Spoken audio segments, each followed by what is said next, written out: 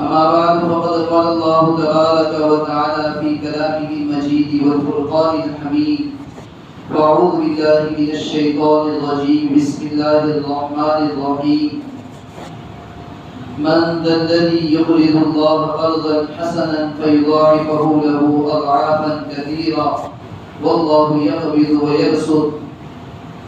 وقال النبي صلى الله عليه وسلم إن مما يلحق المؤمن من عمله وحسناته بعد موته علما علمه ونشره أو ولدا صالحا تركه أو مصحفا ورثه أو بيتا لابن السبيل بناه أو نهرا أجراه أو صدقة أخرجها من ماله في صحته وحياته بعد موته تلحقه من بعد موته أو كما قال عليه الصلاة والسلام. میرے محترم بھائیوں، بزرگ اور دوستوں،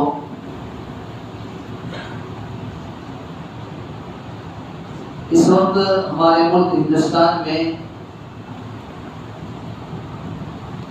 ایک بہت اہم مسئلہ جو بہت زیادہ اہمیت کا حامل ہے وہ وقف کا مسئلہ ہے.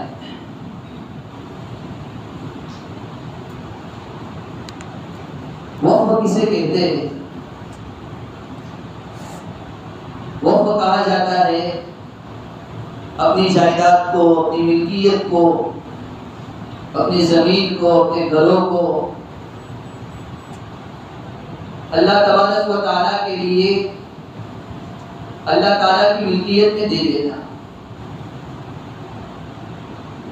جو کچھ ہمارے پاس موجود ہے، کسی کے پاس بھی موجود ہے، وہ سب اللہ تعالیٰ کا دیا ہوا مال ہے.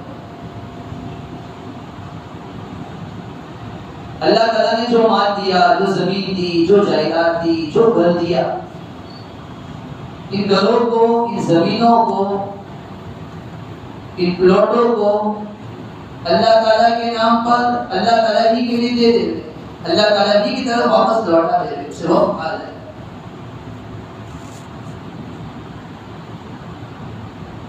نبی علیہ الصلوۃ والسلام نے خود اپنے اعمال سے، خود اپنے اقوال سے اس کے بہت سارے فضائل بیان فرمائے. دیکھو ایک حدیث ہے، نبی علیہ الصلوۃ والسلام نے ارشاد فرمایا کہ جب انسان کا انتقال ہو جاتا ہے، اذا مات الانسان انقطع عنه عمله، جیسے ہی انسان کا انتقال ہو گیا اس کے اعمال کا جو ثواب ختم ہو جاتا ہے. کیونکہ اب انسان اعمال کر ہی نہیں سکتا ہے، اب نماز نہیں پڑھ سکتا، اب حج نہیں کر سکتا، اب روزہ نہیں رکھ سکتا، کچھ کر ہی نہیں سکتا ہے. انسان کا انتقال ہو گیا، اس کا اعمال نامہ کا چوڑا بند ہو گیا، رجسٹر بند ہو گیا، کچھ نہیں کر سکتا ہے. لیکن اسی حدیث میں آگے اللہ کے نبی صلی اللہ علیہ وسلم نے فرمایا کہ تین چیزیں ایسی ہیں کہ جب انسان کا انتقال ہو جاتا ہے، انسان دنیا سے چلا جاتا ہے، اس کی آنکھیں بند ہو جاتی ہے، انسان کے دنیا سے جانے کے بعد بھی انسان کے نامۂ اعمال میں اس کا ثواب لکھا جاتا ہے. تین چیزیں ایسی. پہلی چیز، اللہ کے نبی صلی اللہ علیہ وسلم نے فرمایا صدقۃ جاریہ. انسان نے کوئی بھی چیز اللہ تعالیٰ کے لیے وقف کی، اللہ تعالیٰ کے نام پر ہسپتال بنایا، اللہ تعالیٰ کے نام پر کسی کو زمین، کسی غریبوں کے لیے، مسکینوں کے لیے وقف کر دی، کوئی مدرسہ تعمیر کیا، کوئی مدرسے میں خرچہ دیا، اس کے پیسے سے عمارت تعمیر کی گئی، یہ سب صدقہ جاریہ ہے. انسان مر جائے گا، قبر میں چلا جائے گا، لیکن اس کے قبر میں جانے کے بعد بھی اس کو اس کا ثواب ملتا رہے گا. صدقۃ جاریہ. دوسری چیز اللہ کے نبی صلی اللہ علیہ وسلم نے بیان فرمائی علم ينتفع به، ایسا علم جس کے ذریعے سے نفع اٹھایا جائے. کوئی عالم ہے، اس نے کتاب لکھی ہے، اس کتاب سے لوگ فائدہ اٹھا رہے ہیں، کتاب کو پڑھ رہے ہیں، اپنی زندگی کا رخ بدل رہے ہیں. انسان کتاب لکھنے والا تو دنیا سے چلا گیا، وہ عالم صاحب، وہ مولوی صاحب، وہ مفتی صاحب، وہ قاری صاحب، وہ حافظ صاحب تو دنیا سے چلے گئے، لیکن جو اس نے کتاب لکھی اس کے ذریعے سے لوگ فائدہ اٹھا رہے ہیں۔ جب تک یہ کتاب رہے گی دنیا کے اندر اور اس سے لوگ نفع اٹھاتے رہیں گے، کتاب لکھنے والے کو اس کا فائدہ ہوتا رہے گا، اس کا ثواب ملتا رہے گا۔ اسی طرح ایک استاد ہے، استاد نے شاگرد تیار کیے، استاد تو قبر میں چلے گئے، لیکن یہ شاگرد دنیا کے اندر علم کو عام کریں گے، امامت کرائیں گے، قرآن کو پڑھیں گے، قرآن پڑھائیں گے، اپنے شاگردوں کو تیار کریں گے، دین کی دعوت دیں گے، لوگوں کو دین کی طرف بلائیں گے۔ یہ علم کا سلسلہ جب تک چلتا رہے گا، یہ استاد جس نے اپنے اس طالب علم کو تیار کیا اور اس کے ذریعے سے لوگوں کو فائدہ پہنچا، اس کا ثواب بھی استاد جو قبر میں سوئے اس کو ملتا رہے گا۔ یہ سدے جاریہ وہ نیک اولاد جو باپ کے انتقال کے بعد اس کے لیے دعا کرے۔ ایک باپ نے، ایک والد نے اپنی اولاد کے پیچھے محنت کی، اسے نیک بنایا۔ اولاد کا نیک ہونا یہ بھی بہت بڑی اللہ تعالیٰ کی نعمت ہے۔ ایک تو ہے اولاد کا مل جانا، یہ تو ہے ہی نعمت۔ دنیا کے اندر کتنے لوگ ایسے جو اولاد کے لیے ترس رہے، اولاد ہے ہی، طرح طرح کی کوششیں کر رہے، اتنا پیسہ خرچ کیا، پورا ڈاکٹر کے پاس، پونا کے پاس، پورا کے پاس، یہ اولاد کا خزانہ تو اللہ کے پاس ہے۔ اللہ نے اس کو اولاد دے دی۔ اولاد کے دینے کے بعد اللہ تعالیٰ نے، اس بندے نے، اس باپ نے اپنی اولاد کے پیچھے محنت کی، اسے نیک بنایا۔ حدیث میں تو کہا ہے نیک اولاد جو اس کے لیے دعا کرے، لیکن شرح حدیث فرماتے ہیں اور اسی حدیث سے پتہ چلتا ہے اولاد صالح ہے، چاہے وہ اس کے لیے دعا نہیں کر رہی، پھر بھی اولاد صالح جب تک دنیا میں رہے گی باپ کو اس کا ثواب ملتا رہے گا۔ یہ بیٹا جب تک نیک اعمال کرتا رہے گا باپ قبر میں اسے ثواب ملتا رہے گا۔ ایک اور حدیث جو میں نے آپ کے سامنے پڑھی، اللہ کے نبی صلی اللہ علیہ وسلم فرماتے ان مما یلحق المؤمن، بعض اعمال ایسے ہیں جو انسان نے اپنی صحت کے زمانے میں کیے، اپنی زندگی میں کیے، انسان قبر میں چلا جائے گا لیکن مومن کو اس کی موت کے بعد اس کا ثواب ملتا رہے گا۔ پھر پہلی چیز یہی بیان کی علما علمہ ونشرہ، ایسا علم جو کسی بندے نے کسی کو سکھایا اور اس کو پھیلایا۔ کوئی بھی علم کسی کو سکھا دیا، تو قرآن کی آیت سکھا دی، حدیث پڑھا دی، کوئی نکاح پڑھا دی، پڑھانے والا تو قبر میں چلا گیا۔ یہ طالب علم جب تک پڑھتا رہے گا، قرآن کی تلاوت کرتا رہے گا، استاد کو اس کا ثواب ملتا رہے گا۔ اسی کے ضمن میں کتاب لکھی، کتاب جب تک پڑھی جاتی رہے گی استاد کو اس کی قبر میں اس کا ثواب ملتا رہے گا۔ یہ بعض اعمال ایسے ہیں۔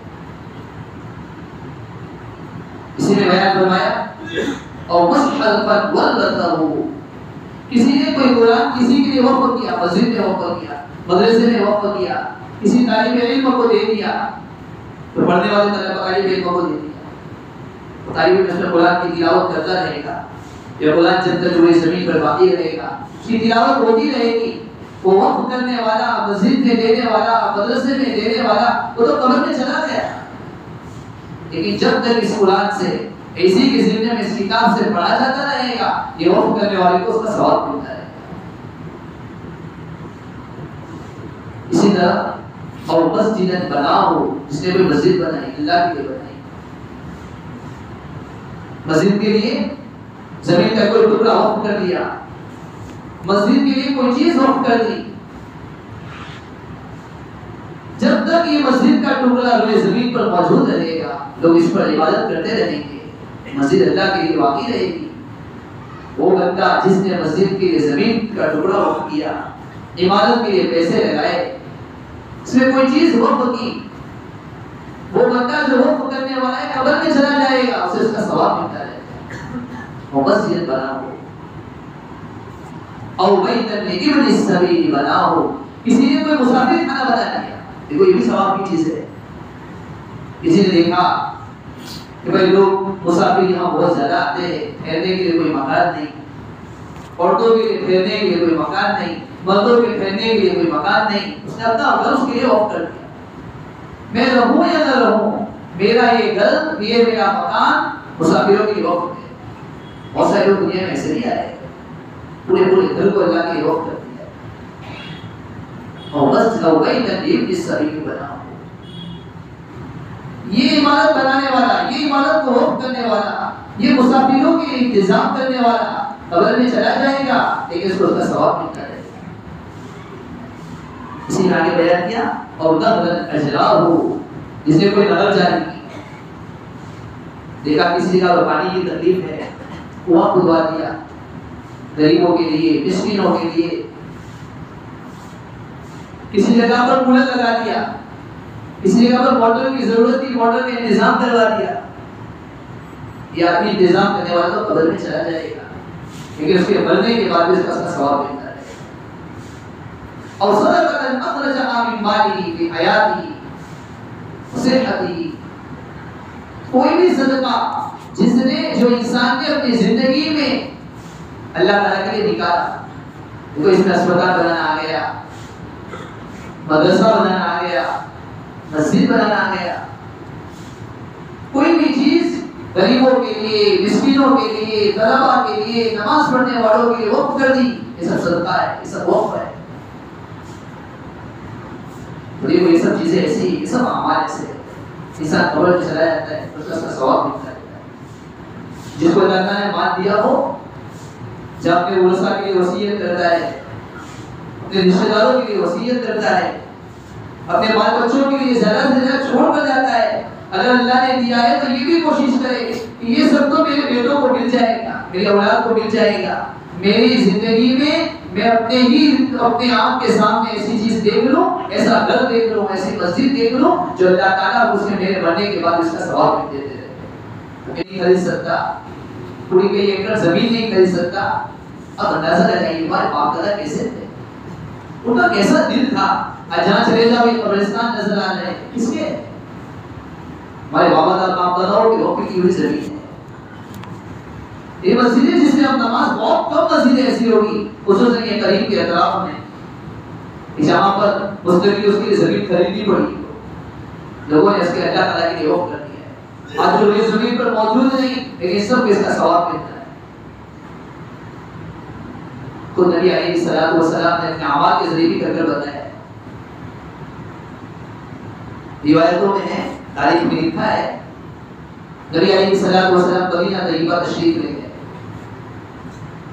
آپ نے توبہ میں ایک زمین خریدی اور وہاں پر مسجد بنائی، پہلی مسجد تھی جو آپ علیہ الصلوۃ والسلام نے بنائی، آپ علیہ الصلوۃ والسلام نے زمین خرید کر اللہ تعالیٰ کے لیے وقف کر دی، دیکھو اپنے عمل کے ذریعے بتایا۔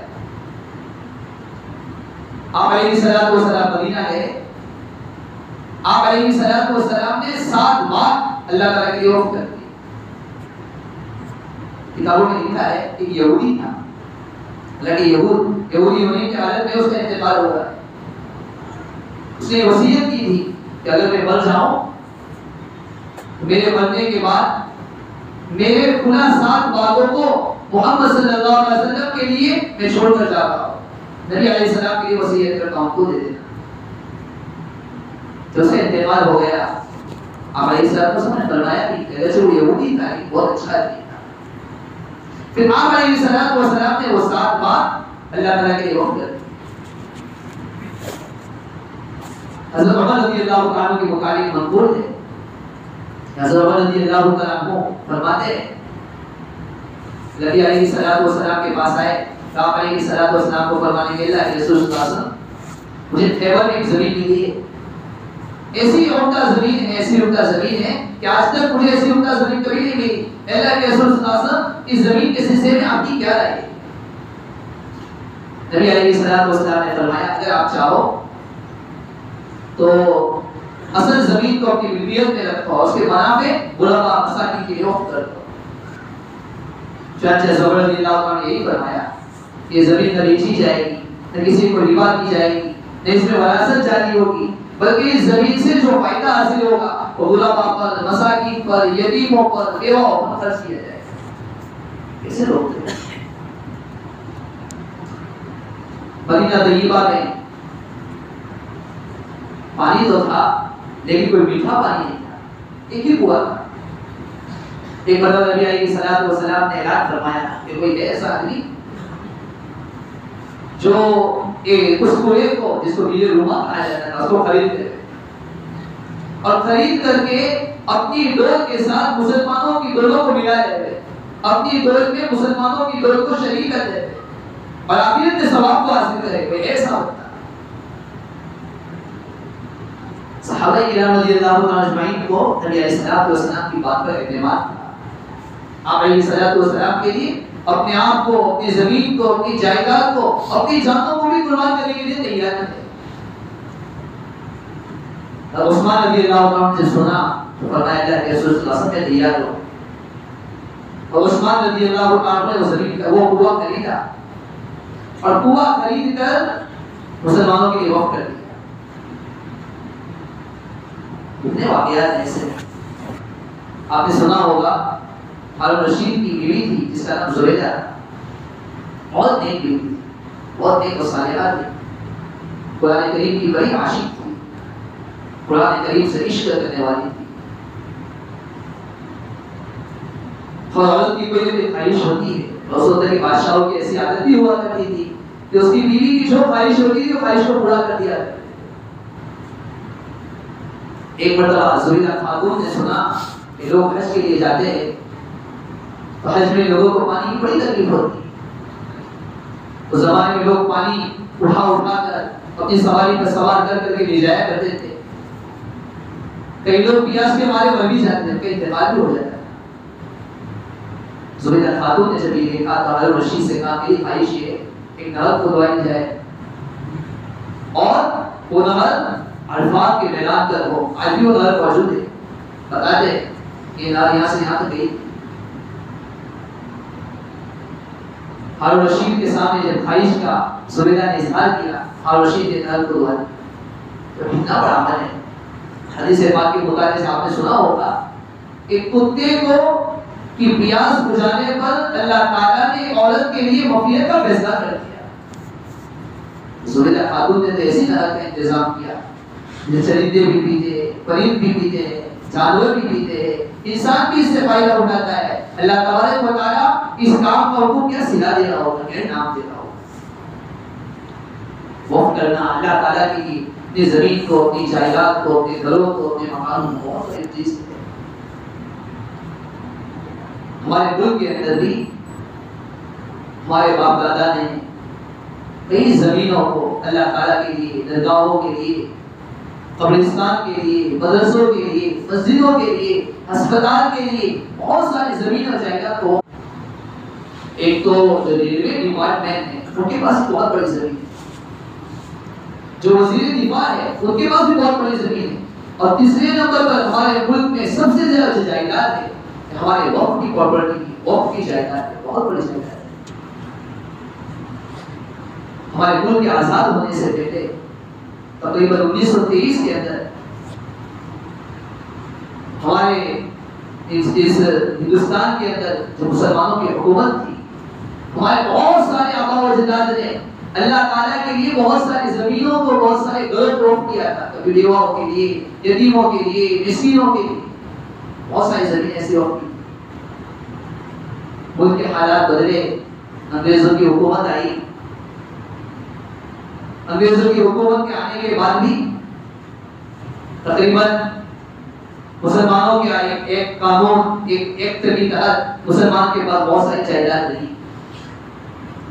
جب آزادی حاصل ہو گئی، ملک ہمارا آزاد ہو گیا، تقریباً 1954 کے اندر پھر ایک نیا قانون پاس کیا گیا، ایک نیا ایکٹ تیار کیا گیا، اور مسلمانوں نے درخواست پیش کی کہ اس کے ذریعے سے ہماری جائیداد کو، ہماری وقف کی جائیداد کو محفوظ کر دیا جائے، اس کو تحفظ دیا جائے۔ 1954 کے اندر اس کے ایک ایکٹ تیار کیا گیا، قانون بنایا گیا۔ پھر اس کے بعد مختلف ترمیمات ہوتی رہی، مختلف اس پر حالات ہوتے آتے رہے، مختلف قوانین بنائے گئے۔ 1954 کے بعد تقریباً 1959 کے اندر، پھر 1969 کے اندر، پھر ابھی تقریباً 2010 اور اس کے بعد 2013 کے اندر سے مختلف ترمیمات آتی رہی۔ جیسے جیسے حالات بدلتے گئے، ایسے ایسے قوانین لائے گئے جس کی وجہ سے ہمارے اکابر میں خطرہ محسوس ہوا کہ کہا نہیں ہماری وقت کی جائیداد ہمارے ہاتھوں سے چلی جائے. تقریباً ابھی بھی ایک ایسا ہی مسئلہ ہے. ایسے حالات میں ہم کیا کریں؟ سب سے پہلی چیز تو یہ دیکھو، ایسے حالات میں جتنے وقت کے ذمہ دار حضرات ہیں، چاہے مسجد کے ذمہ دار ہو، مدرسے کے ذمہ دار ہو، قبرستان کے ذمہ دار ہو، پہلیوں کی ذمہ داری یہ ہے کہ یہ وقت اللہ تعالیٰ کی امانت ہے. نہ میری جائیداد ہے نہ آپ کی جائیداد ہے، اللہ تعالیٰ کی امانت ہے. ہمیں اس کی ایک ایک پائی کا اللہ تعالیٰ کا حساب دینا ہے. جہاں اپنے آپ کے کرتوتوں کا حساب دینا ہے، جہاں اپنے مال کا حساب دینا ہے، اپنے بال بچوں کا حساب دینا ہے، اپنی فیملی کا حساب دینا ہے، ہمارے سر پر یعنی ان حضرات کے سروں پر جو اس ذمہ داریوں کو لے کر بیٹھے ہیں ان پر ایک اور سوال اللہ تعالیٰ کیا ہونے والا ہے. ایک ایک پائی کا حساب دینا پڑے. کہاں سے آیا، کہاں خرچ کیا. پوری امت مسلمہ کا، آس پاس کے رہنے والے تمام لوگوں کا ایک امانت ان لوگوں کے سپرد کی گئی. اس میں خیانت نہ کرے اور کوشش کرے کہ اگر حکومت کے اعتبار سے اگر صحیح طور پہ اس کو رجسٹر نہ کیا گیا ہو تو اس کو رجسٹر کرنے کی کوشش کرے. ہماری کئی جائیداد، ہماری کئی مسجدیں، ہماری کئی مدرسے اسی وجہ سے ہمارے ہاتھوں سے چلے گئے کہ حکومت کے اعتبار سے صحیح طور پر ہمارے پاس موجود نہیں. اگر کوئی زمین ایسی ہو، کوئی مدرسہ ایسا ہو، صحیح طور پر اس کو رجسٹر کروائے. اس کے لیے قانونی کارروائی جو کرنی ہے، جو پیسے اس کے لیے خرچ کرنے پڑے، جو وکلاء سے، جو وزراء سے ملنا پڑے، اس کے لیے ملنے کی کوشش کرے. آدمی کا اپنا ایک ذاتی گھر ہوتا ہے. اگر یہ گھر کسی اور کے نام پر چلے جائے آدمی کی نیند حرام ہو جاتی ہے. ہاں یہ میرا گھر فلاں کے نام پر چلا گیا، میری گاڑی فلاں کے نام پر چلی گئی، اب میرے گھر کا کیا ہوگا؟ جب ذمہ دار ہے ہماری بھی ذمہ داری ہے کہ یہ مسجد، یہ مدرسہ، یہ قبرستان اگر صحیح طور پر نام پر نہیں ہے اس کو نام پر کرنے کی کوشش کریں. دوسری ذمہ داری ہم اپنے طور پر اس کی حفاظت کی کوشش کریں. بہت سارے لوگ ایسے پیدا ہوئے ہیں اوروں کی زمین پر قبضہ کرنے کی تو کوشش کی، اوروں کے گھر پر تو قبضہ کیا ہی، انہوں نے مسجد کے گھروں کو بھی نہیں چھوڑا، قبرستان کے گھروں کو بھی نہیں چھوڑا، قبرستان کی پراپرٹی اور قبرستان کے مکانات کو بھی نہیں چھوڑا. ان پر بھی ناجائز قبضہ کر کے باپ دادا سے اس کی نسبت کو ملا کر اس پر ناجائز قبضہ کر کے اس کو بیچنے کی کوشش کی. عورتوں پر تو کیا رونا روئے، اوروں سے تو کیا گرا کرے. ہمیں اپنے ہی لوگوں سے تکلیف پہنچ رہی ہے کہ ہمیں اپنے ہی مسجد کے گھروں کو، اپنے ہی مسجد کے پراپرٹی کو، اپنے ہی مسلمان کے لوگ بہت سارے لوگ اس کو ناجائز طور پر اس پر قبضہ کرتے ہیں. تو اس کی تحفظ کی کوشش کریں، اس کی حفاظت کی کوشش کریں. اور اسی نمبر پر حفاظتی طور پر ہمارے علماء نے، ہمارے جمعیت کے علماء نے خصوصی طور پر اس کے لیے آپ نے واٹس ایپ پر مختلف جگہ پر پڑھا ہوگا ایک اسکیم جو ہے تیار کیا ہے، ای میل کا ایک طریقہ ایجاد کیا ہے، جاری کیا ہے. اس پر محنت کر کے اپنے نوجوانوں کے اندر اس کی کوشش چلا کر ای میل بھیجنے کی کوشش کریں. یہ اپنے اعتبار سے ایک کوشش ہے. اللہ تعالیٰ شاموں نے جو باتیں کی ہم سب کو اس پر عمل کرنے کی توفیق عطا فرمائے. ابھی یہ 2-3 منٹ باقی ہے تو میں نے اسی لیے 2-3 منٹ باقی رکھی ہے. میری یہ کوشش ہے کہ بھائی 2-3 منٹ میں ہمارے قریب میں جو بھائی بیٹھے ہوئے ہیں یا تو ابھی بلکہ ابھی ہو سکے تو ابھی یا نماز کے بعد ایک اپنے موبائل کے ذریعے سے وہ ای میل جو آپ سب نے واٹس ایپ پر پڑھا ہوگا، جن بھائیوں کو نہیں آتا ہے اور جن بھائیوں کو آتا ہے ان بھائیوں کو سکھا کر ان کے ذریعے سے اپنے آپ کے ذریعے سے اور اسی طرح اپنے گھر والوں، اپنے خاندان کے ذریعے سے اس ای میل کو عام کرنے کی کوشش کریں گے انشاءاللہ. ابھی 2-3 منٹ باقی ہے. انشاءاللہ 15 کو تو سب سنت پڑھیں گے، 15 کے بعد 20 کو انشاءاللہ خطبہ ہوگا. اور حضرت سے گزارش